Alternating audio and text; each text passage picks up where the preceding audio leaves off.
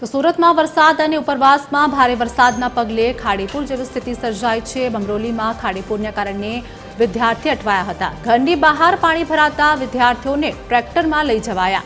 શાળાએ આવવા જવા માટે ટ્રેક્ટરનો સહારો લેવો પડ્યો।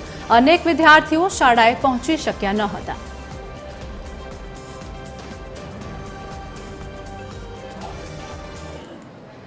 સુરતમાં સતત વરસાદ પડી રહ્યો છે ને ઉપરવાસમાં સતત વરસાદ પડી રહ્યો છે, તેના કારણે ખાડીઓએ તેની સપાટી વટાવી છે ને અલગ અલગ વિસ્તારોમાં ખાડીઓના પાણી છે તે બહાર આવ્યા છે। ત્યારે લોકોને જવા આવવા માટે થઈને ખૂબ જ હાલાકીનો સામનો કરવો પડી રહ્યો છે, કારણ કે જે પાણી ભરાયા છે તેને લઈને હવે ટ્રેક્ટરના સહારે લોકો જે છે તેને અત્યારે લઈ જવામાં આવી રહ્યા છે। ટ્રેક્ટરો સહિતની જે વસ્તુઓ છે તેમાં વિદ્યાર્થીઓ અત્યારે શાળાએથી અભ્યાસ કરીને આવ્યા છે।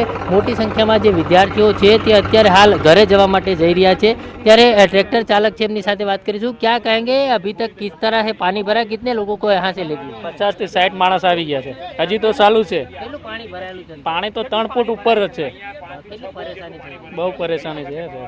क्या कहेंगे જે પ્રકારે ઘરે અત્યારે જવાનું થાય છે, પાણી ભર્યું છે, કેટલી સમસ્યાનો સામનો કરો, કેવી ડર લાગી રહ્યો? बहुत अभी ज़्यादा अगर थोड़ा और हो गया तो लाइटें चली जाएगी, सब प्रॉब्लम आएगी। कैसा डर लग रहा है अभी पानी भरा है? डर तो अब थोड़ी और आ गई तो प्रॉब्लम ही प्रॉब्लम है, फिर निकलना भारी पड़ जाएगा। ये अभी जा पा रहा है, ये बंद हो गया तो और गए फिर। બિલકુલ આ વિદ્યાર્થીઓ હતા કે જેઓ હાલ હેરાન પરેશાન થઈ ચૂક્યા છે અને તેને જ લઈને હાલ વિદ્યાર્થીઓને ઘરે જવા આવવા માટે થઈને હાલ તકલીફ પડી રહી છે, કારણ કે વિદ્યાર્થીઓ છે તેને કઈ રીતે અંદરથી બહાર લઈ આવવા અને બહારથી અંદર લઈ જવા। વિદ્યાર્થીઓ છે તે અભ્યાસ કરવા માટે આવતા હોય છે, ત્યારે નાની બાળકી છે, શું કહેશો, ક્યાં ભણો છો, કેટલા વાગે અને કેવી પરેશાની? बहुत परेशानी होती है। जब भी बारिश होती है तब वापस पानी भर जाता है। थोड़ी सी बारिश में ही पानी भरना वापस चालू हो जाता है। डर लग रहा है अभी पानी भरा है? मेरा तो एग्जाम चल रहा है बाबा, पानी भर जा रहा है, मैं तो जा ही नहीं पा रही हूँ। अभी स्कूल नहीं जा पाए? आज एग्जाम है?